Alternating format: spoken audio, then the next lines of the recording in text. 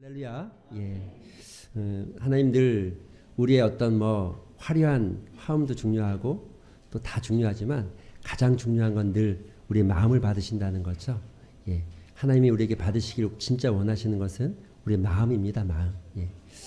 예물도 마음을 담아야 되는 것이고, 예배도 마음을 담아야 되는 것이고, 봉사도 마음을 담아야 되는 것이고, 기도도 마음을 담아야 되는 것이고, 찬양도 마음을 담아야 될 줄로 믿습니다. 할렐루야. 아무튼 오늘 연합으로 찬양해 주시고 우리 아이들 함께 해주셔서 진심으로 감사하고 우리 아이들에게 하나님의 큰 은혜가 있게 되길 소망합니다. 여러분, 추석 언제부터 우리나라가 지켰을까요? 역사책에 살펴보면 삼국사기에 기록되어 있는 것을 보면 아마 삼한시대부터 이 한가위 해가지고 추석이라는 이 명절을 지켰던 것 같습니다. 추석에는 여러분 햅쌀로 만들어진 쌀밥, 고깃국, 그리고 송편을 빚어서 먹으면서 또 사랑을 나누고 또 핵과일과 또 여러분 옛날에는 추석 되면 요즘엔 잘 안 끓여주는 것 같더라고요. 토란국 끓이신 분 계세요? 혹시 이번에도? 원래 추석에 토란국 끓여 먹는 건데 토란국은 잘 안 끓이는 것 같더라고요.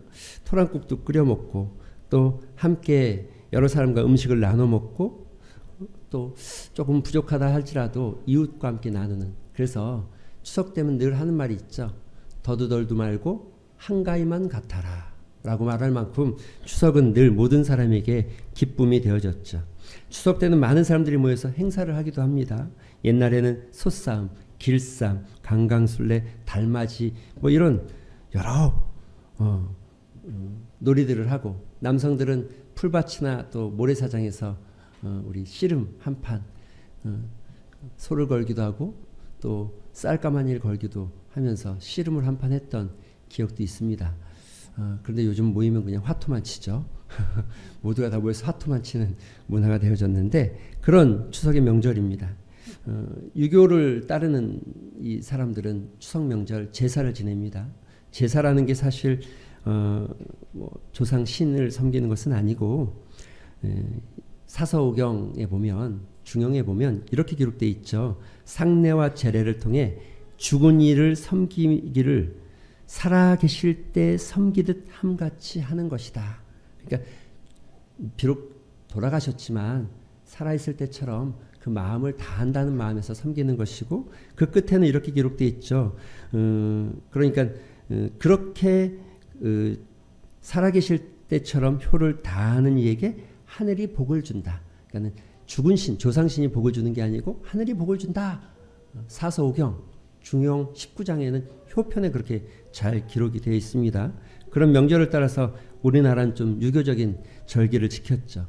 불교를 믿는 사람들은 제사를 지내지는 않습니다.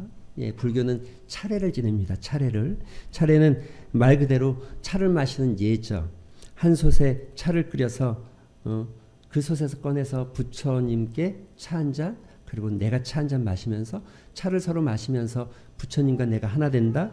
또 중생을 등지고 산으로 가신 스님과 신자가 하나가 된다. 이런 어떤 동질의 의미로 차례를 지내고 예를 다하는 것이 불교식 명절이고 차례 예법이죠. 이런 예법을 따라서 우리나라도 1800년도에 천주교가 들어왔습니다. 천주교가 들어왔을 때 처음에는 조상신이라는 잘못된 것들 때문에 효를 다하는 것을 좀 거부하고, 기독교도 좀 제사를 지내는 것을 거부했으나 1839년에 우리나라 정하상이라는 신부가 의견을 제출했죠. 이것은 신을 모시는 것이 아니고 효를 다하는 어떤 선주에 대한 공경하는 민속적 풍습이고 또 문화입니다. 이것이 어떻게 성경에 위배된다고 말할 수 있겠습니까? 라고 의견을 제출했죠.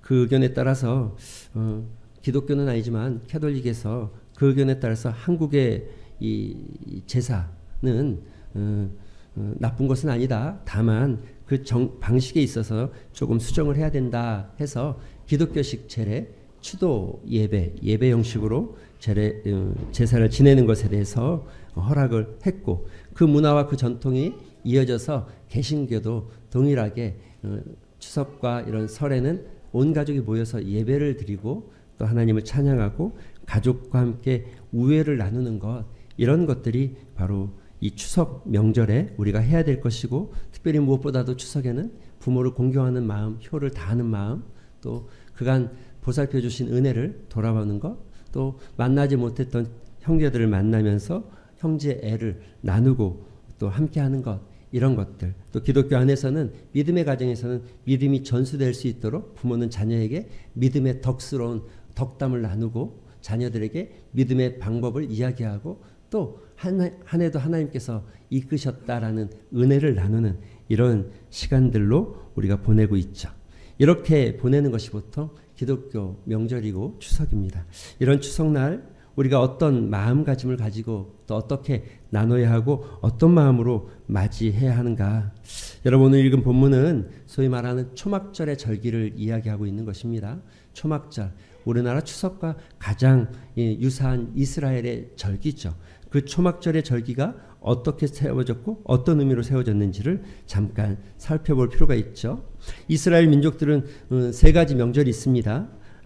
출애굽, 애굽에서 나왔던 것을 기념해서 드렸던 유월절, 그리고 첫 곡식을 거둬들였을 때 드렸던 맥추절, 이걸 77절이라고도 합니다. 그리고 가을에는 모든 곡식을 거둬들인 다음에 함께 드리는 제사, 이걸 우리가 이제 함께 드린 절기를, 이걸 우리가 초막절 또는 장막절이라고 말합니다. 성경은 이스라엘의 모든 남자들은 1년에 3번은 이 절기에 반드시 예루살렘 성전에 와서 예배드려야 될 것을 말하고 있고, 이 절기는 반드시 마음을 다해서 드려야 될 것을 이야기하는데, 그 첫 번째 마음은 뭐냐면 감사하는 마음입니다. 이 모든 절기를 통해서 하나님께서 원하시는 마음은 감사하는 마음. 할렐루야. 요즘 많은 사람들이 감사를 좀 잃어버리고 살아가는 것 같습니다. 감사. 그렇죠. 많은 사람들이 코로나의 팬데믹 속에서 감사가 사라지고 감사하는 법을 잃어버리고 감사할 줄 모르고 불평과 원망을 많이 가지고 있는 것 같습니다. 감사하는 사람은 축복의 문으로 들어가는 사람이 있지만 불평하고 원망하는 사람은 축복의 문을 닫는 것이다 라는 성경의 말씀이 있습니다. 그런 사람에게는 사랑도 없고 소망도 없고 발전도 없고 더 나아가 성장할 기회조차 없는 것이죠. 한 번은 어느 미국의 목사님이 여행을 가면서 하루 종일 기차를 타는, 미국은 크기 때문에 하루 종일 기차를 타게 되는데 기차를 타고 여행을 시작했다고 합니다. 기차를 타자마자 기도했답니다. 하나님, 오늘도 이렇게 좋은 날 주시고 저로 하여금 이런 귀한 여행을 떠나게 하시니 감사합니다. 이 여행 가운데 함께 하실 하나님의 은혜를 생각하니 또 감사합니다 하고 눈을 딱 떴는데 갑자기 옆에 쿵 하고 누가 앉더라는 거예요. 보니까 덩치가 이렇게 큰 여성이, 정말 이렇게 큰 여성이 똥 앉은 거예요. 그래서 여러분 아시겠지만 이 기차 2인석이 넓어봐야 얼마나 넓으니까 너무 부지고 힘드니까 그냥 어찌할 줄을 몰랐어요. 그럼 목사님 기도했답니다. 다시, 하나님, 그래도 감사합니다. 이 여성이 내 아내가 아니어서 감사합니다. 이 여성이 오늘 하루만 내가 힘들어서 감사합니다. 라고 감사했다는 우화가 있습니다.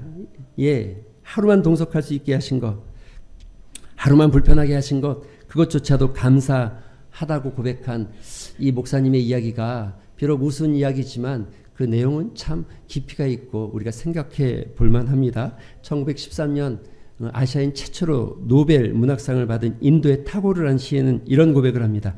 감사의 분량은 곧 행복의 분량이다. 그러니까 감사하는 만큼 행복할 수 있다. 저는 이 말에 동의하는 부분이 있습니다. 예, 행복의 조건은 감사입니다. 감사하는 자가 행복할 수 있고 행복한 자가 감사합니다. 행복과 감사는 필요 충분 조건입니다. 우리가 감사하는 것만큼 건강하고 감사하는 것만큼 하나님의 은혜를 누리고 감사하는 것만큼 행복할 수 있는 것이죠. 본문에 보면 이렇게 말합니다. 너희 남자들은 1년에 3번 모여 하나님께, 1년에 3번 모여 하나님께 감사해라. 하나님께 감사해라.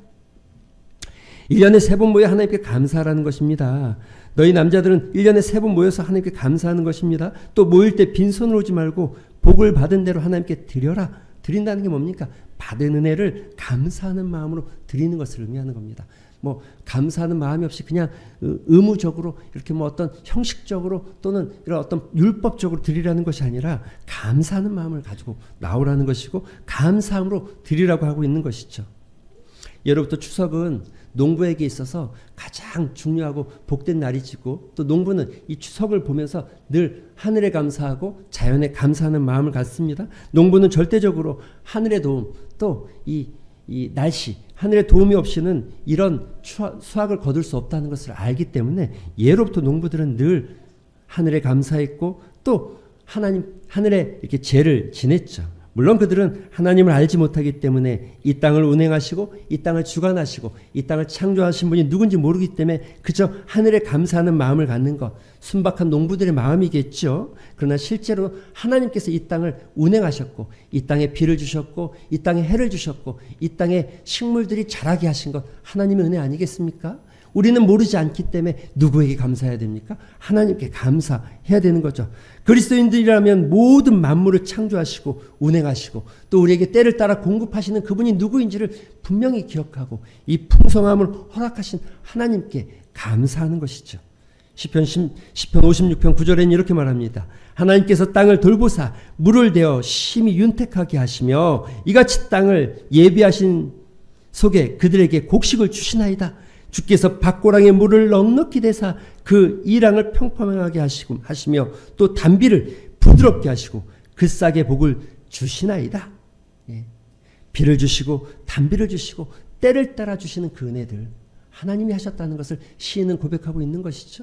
우리도 마찬가지입니다. 농부들은 모르기 때문에 그저 하늘을 향해서 이런 날씨를 준 것에 대해서 뭐 옥황상자 또는 뭐 하늘님께 예를 드리고 마음을 돌리지만 우리는 이 날씨의 주관자이시고 이 날씨의 창조자가 누구인지 알기 때문에 그 하나님 바로 그 하나님을 향해서 감사하는 마음을 갖기 시작하는 것. 이게 바로 우리가 추석을 맞이하는 그리스도인들이 추석을 대하는 마음의 자세인 것이죠. 하나님께서 우리에게 베푸셨구나. 이 풍성함을 허락하셨구나. 오곡백과를 베푸신 하나님께 감사하고 또 이웃과 함께 형제와 함께 만날 수 있고 함께 할 수 있게 하신 그 하나님께 감사하는 것. 그런 삶을 하나님은 원하시는 것이고 그런 모습을 바라시면서 절기를 만드시고 이 감사의 마음을 강조하고 있는 것이죠. 사랑하는 성도 여러분, 우리가 살면서 느끼는 것이 무엇입니까? 시간이 가고 시간이 흐를수록 우리가 깨닫고 알게 되는 게 무엇입니까? 그렇죠. 내 인생 내 맘대로 되지 않는다는 것. 인생은 내 맘대로 흘러가지 않는구나. 내가 원하는 대로 되지 않는구나. 그래서 우리가 알 수 있는 게 뭡니까? 어떤 작은 일에 어떤 큰 일에 일희일비 기뻐하는 것이 아니라 늘 모든 것들 가운데 감사하는 마음, 하나님의 은혜가 흘러가고 있음을 알고 감사하는 것. 이것을 깨닫는 게 은혜이고 이것을 깨닫는 게 지혜이고 이것을 깨닫는 게 지각이죠. 사람들이 좀 지각이 있어야 합니다. 지각이 없으면 감사도 없고 지각이 없으면 깨닫지 못하면 하나님의 은혜도 모르고 살아가는 거죠. 현대인들에게 있어서 지식은 풍부합니다.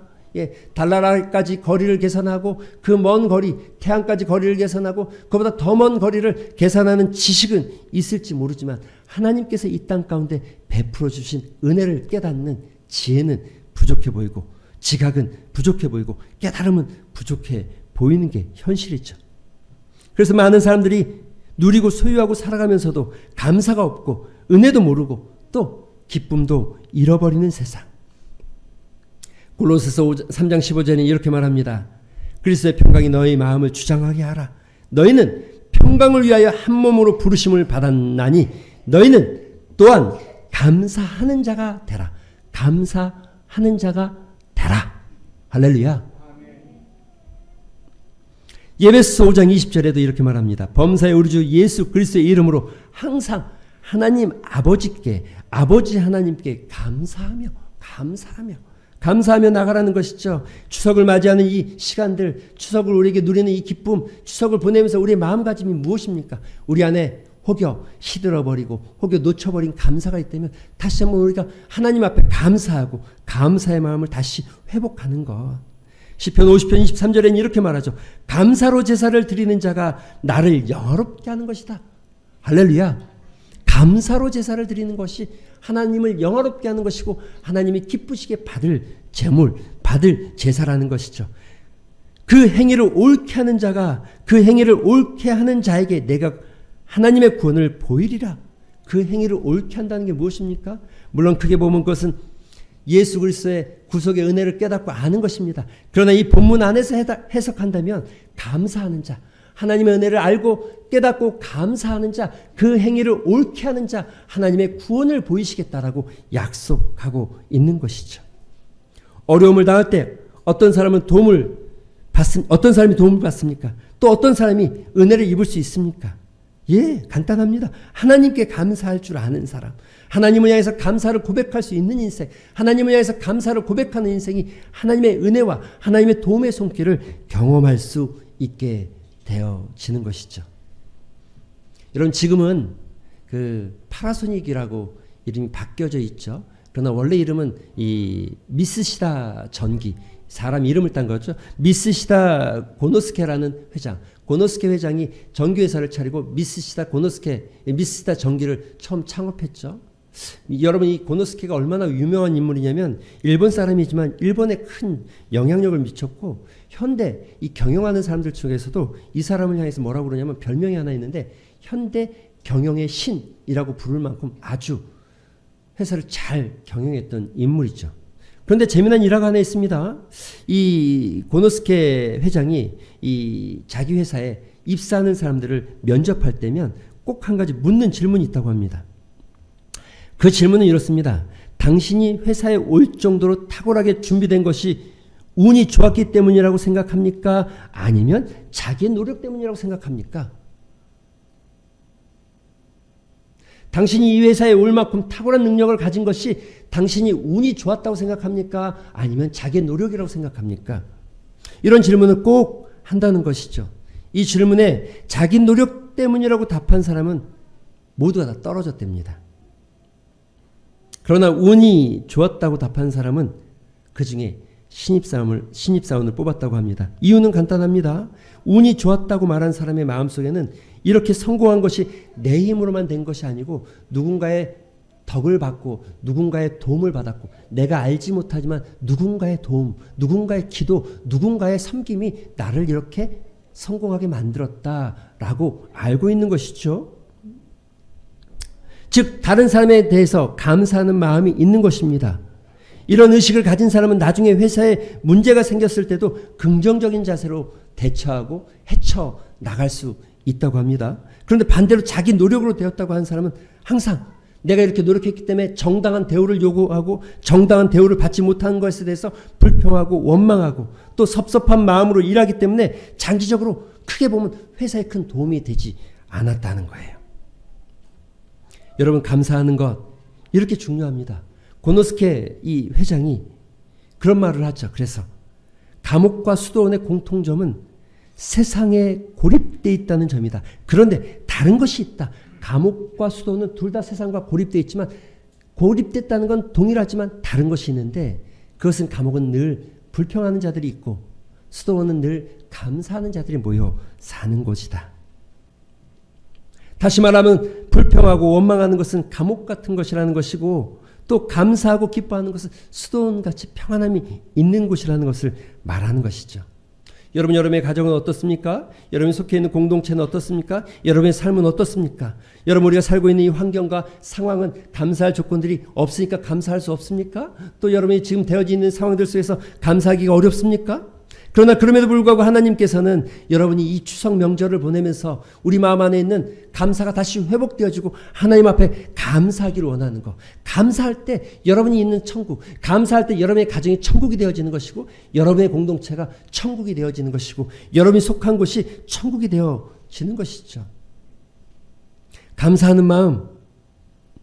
탈무드에 보면 이런 말이 있죠. 세상에서 가장 현명한 사람은 배우는 사람이고 가장 강한 사람은 자신을 이기는 사람이고 가장 행복한 사람은 감사하는 마음을 가진 사람이다. 감사란 주어지는 것이 아니라 자신이 발견하는 것이고 찾는 것이다. 할렐루야. 상황이, 환경이 어렵다고요? 코로나로 팬데믹 때문에 힘들어졌다고요? 그러나 하나님께서는 우리에게 숨겨놓은 감사의 조건들이 많이 있다는 것이죠. 감사하는 것. 예, 그래서 감사는 감정적인 고백이 아니라 감사는 내가 선택하는 것이고 내가 찾아내는 것이고 내가 입으로 고백하는 것입니다. 할렐루야. 여전히 우리에게는 많은 감사들이 있습니다. 이 추석 명절을 보내면서 핵과일을 만나고 풍성함을 누리고 가족을 만날 수 있고 또 올 한 해도 하나님의 은혜 가운데 이렇게 많은 시간들 속에 우리가 이만큼 살아왔다는 것, 이거 자체가 감사 아니겠습니까? 불평이 아니라 감사로 여러분의 인생을 채우고, 불평이 아니라 감사로 여러분의 가정을 채우고, 여러분의 잃어버린 감사의 마음이 이 추석 명절을 보내면서 다시 회복되어지고, 그래서 감사하는 마음을 갖는 것, 이것이 바로 하나님께서 우리에게 원하시는 추석 명절 그리스도인들이 가져야 될 마음이라는 것이죠. 두 번째는 이 추석 함께하는 것이 중요합니다. 오늘 본문 14절에 보면 이렇게 말합니다. 절기를 지킬 때에 너와 내 자녀와 노비와 성중에 거하는 객과 고아들까지 모든 사람을 의미하는 거죠. 함께. 여러분, 이게 즐겁게 지키는 것이 중요한 것이 아니라 함께 즐겁게 지키는 것이 중요한 것입니다. 하나님께서 만들어 놓은 공동체가 두 가지입니다. 하나는 가정이고 다른 하나는 교회입니다. 하나님께서 세우신 가정, 문제가 없어서 평안한 것이 아닙니다. 가족에 문제가 있지만 그 공동체 안에서 그 문제로 인해서 공동체가 흩어지거나 깨지는 것이 아니라 그 문제가 있음에도 불구하고 그 문제 안에서 하나님의 은혜를 경험하고 함께하는 것이 가족이고 공동체죠. 부부도 함께하는 것이고 형제도 함께하는 것이고 부모 자녀도 함께 갈등을 해결해가고 함께 문제를 해결해가도록 하나님께서 만들어 놓은 공동체, 가정.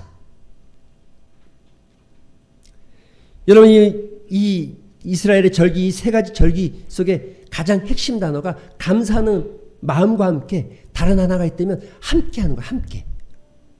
하나님과 함께하고, 하나님께서 너희를, 이스라엘 백성들을 광야에서 너희와 함께 했다는 것, 구름 기둥과 불 기둥을 보면서 너희를 지켰고 너희와 함께 했다는 것을 알게 하는 것, 그리고 그와 같이 너희들 삶에도, 너희 자녀들의 삶에도 하나님이 함께하고 있다는 것을 알려주고, 또 하나님이 함께하는 것이 우리 가정이라는 것을 알게 하는 것. 여러분, 인생에 있어서 가장 걱정이 뭡니까? 가장 걱정은 환경과 여러분이 만나는 상황 속에 문제가 있는 것이 아니라 우리 가정이, 여러분의 인생이 함께하는 하나님이 계시지 않을 때 문제가 되는 것이고, 그때 가장 어려움을 만나는 것입니다. 우리 가정 가운데, 우리 삶 가운데, 우리 자녀들의 삶 가운데 하나님이 함께 하신다면 문제가 있어도 어려움이 있어도 반드시 극복될 것이고 반드시 넘어갈 수 있을 것이고, 오히려 그 문제가 걸림돌이 아니라 디딤돌이 되어지는 은혜가 될 줄을 믿습니다. 그래서 이 절기를 보내면서 하나님께서 원하시는 마음, 함께하는 것, 내가 너희와 함께하고 있다는 것, 그리고 너희는 이 마음을 가지고 너희 모든 자녀들과 너희 성중에 있는 모든 사람과 함께 나누라는 거죠.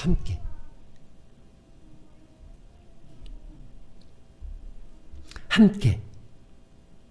그래서 여러분, 명절에는 가족이 함께 모여 하나님께 예배하고, 가족이 함께 모여 하나님이 베푸신 은혜를 나누고, 가족이 함께 모여 하나님이 부모에게 주신 그 은혜를 나누고, 자녀에게 주신 그 경험을 나누고, 함께.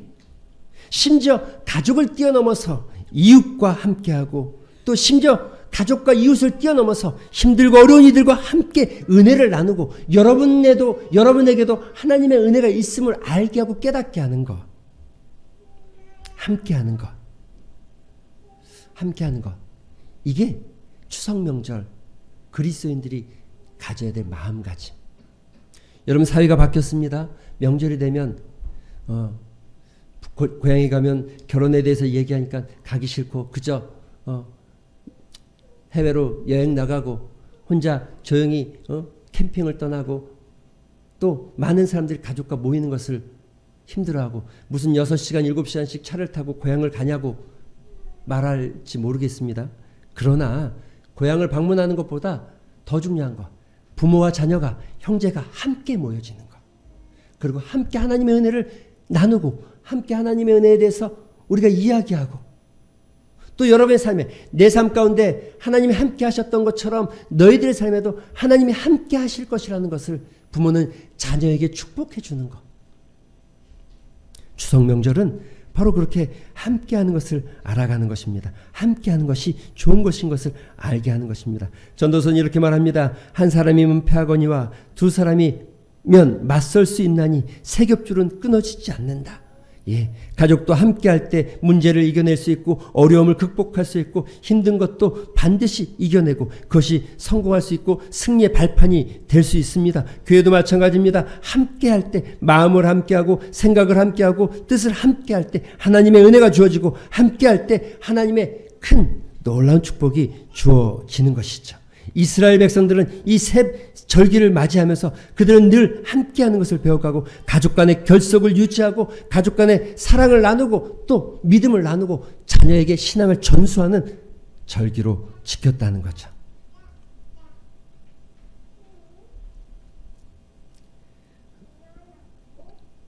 이런 명절을 보내는 것 자꾸만 퇴색되어가고 잃어버리는데 여러분 함께하는 것 함께 할 수 있는 것 이것이 얼마나 감사하고 기쁜 것인지를 여러분이 이 추석 명절 다시 한번 돌아보고 생각하는 은혜가 있게 되기를 소망합니다. 마지막 우리가 세 번째 이 절기를 맞이하는 마음의 자세는 무엇입니까? 13절에 보면 이렇게 고백하죠. 너희 타작마당과 포도주의 틀에 소출을 거두어 들인 후에 이래 동안 초막절을 지킬 것이다. 거두어 들였다. 거두어 들인 후 여러분 이것은 결산이 있다는 것을 말하는 것입니다. 추석은 결산이 있고 또 결산의 때가 있다는 것을 알려주는 절기입니다. 가을은 추석의 중심이고 추석이 중심이고 가을의 중심이 추석이고 또 이 추석 때에 우리는 결산하게 되어지고 결산을 통하여서 우리의 삶을 얼마나 풍요하게 하나님께서 베푸신 은혜도 나누고 또 우리가 얼마큼이나 많은 것들을 거둬들였는지 알게 되어지는 것이죠. 성경이 우리에게 가르쳐주는 아주 중요한 교훈이 있다면 그것은 이것입니다. 심은 대로 거두게 된다는 것. 마태복음 25장에 보면 여러분 우리가 잘 아는 달란트의 비유가 나오고 있습니다. 달란트의 비유 중에서 5달란트 맡긴 이에게는 5달란트를 2달란트 맡긴 2달란트를 남겼습니다. 남겼고 1달란트는 남기지 않았다는 것이죠. 중요한 것은 그들에게 결산의 때가 다가왔다는 거죠. 결산의 때가 있었다는 거죠. 누가복음 16장에도 마찬가지입니다. 불의한 청지기의 이야기를 통해서 예수님께서 우리에게 교훈해주고자 하는 목적이 무엇입니까? 재산을 맡기고 청지기에게 재산을 맡기고 주인이 먼 나라로 나갔습니다. 그리고 돌아올 때 결산할 때가 반드시 있다는 것이죠. 1년에 결산의 때 추석. 지금이야 물론 우리의 삶이 농경 문화가 아니기 때문에 다르겠지만 열심히 수고하고 애쓴 사람이 거둬들이는 양이 많았고 누릴 것이 많았던 추석. 인생도 마찬가지입니다. 1년에 한 번씩 다가오는 추석을 맞이할 때마다 우리 인생도 반드시 결산할 때가 온다는 것을 여러분 아셔야 한다는 거죠. 반드시 하나님 앞에 서는 날이 있고 반드시 우리가 결산의 때를 만난다는 것이죠. 여러분 우리가 어떻게 살았는지 어떤 인생을 살았는지 우리가 추석 때가 되면 풍성한 곡식을 얼마큼 거둬들일 수 있는지 심은 만큼 거둬들일 수 있고 그래서 성경은 말합니다. 눈물로 씨를 뿌리는 자가 기쁨으로 단을 거두게 될 것이다. 뿌린 만큼 거둬들이는 거죠. 인생도 마찬가지입니다. 뿌린 대로 거둬들이는 것이 인생입니다. 우리는 반드시 하나님 앞에 서게 되어 있습니다. 반드시 하나님 앞에 결산의 때가 있을 것입니다. 그때 마태복음 25장에 말하는 것처럼 무릇 있는 자는 받아 풍족하게 되고 없는 자는 그 있는 것까지 빼앗기리니 이 무익한 종 바깥 어두운 곳으로 쫓겨나 슬피우는 삶을 살게 되는 인생이 되어져서는 안 된다는 것이죠. 1년의 마지막 추수의 때 이 결산을 보면서 우리 인생도 결산할 때가 있겠구나. 그러므로 우리에게 주어진 시간들을 어떻게 살아야 될지를 알아가는 지혜. 추석은 바로 그런 결산의 때를 다시 한번 생각하게 하고 우리 마음에 새기게 하고 돌아보게 하는 그런 절기임을 기억하셔야 합니다. 추석, 명절 한가히 모든 사람들이 다 누리는 절기죠. 또 우리나라는 이 절기를 맞이해서 민족 대이동이 일어날 만큼 많은 사람들이 움직이죠. 기독교인들도 이 추석 고향을 방문하고 또 부모를 찾아뵈는 거 중요한 일이죠. 그러나 이 추석을 보내면서 우리가 기억해야 될 것, 감사하는 마음을 회복해야 되고, 이 추석을 보면서 우리가 기억해야 될 것, 결산의 때가 있다는 것을 아는 것. 올 추석, 이미 추석 당일은 지났지만 오늘과 내일 아직도 연휴는 남겨져 있습니다. 여러분 찾아보지 못한 사람이 있다면 전화하셔서 또 찾아가서 마음을 나누시고 또 함께 하시고, 또 감사가 잃어버렸다면 더 큰 감사를 한번 찾아보시고 선택해 보시고, 또 우리 삶에 이처럼 결산의 때가 다가올 것을 기억하시면서 우리의 삶을 더 알차게 살아야 되겠다, 더 보람있게 믿음으로 살아야 되겠다, 말씀 붙잡고 살아야 되겠다라는 다짐을 가져보는 시간이 되시기를 주님의 이름으로 축원드립니다. 우리 말씀을 생각하면서 한번 기도하는 시간 가졌으면 좋겠습니다.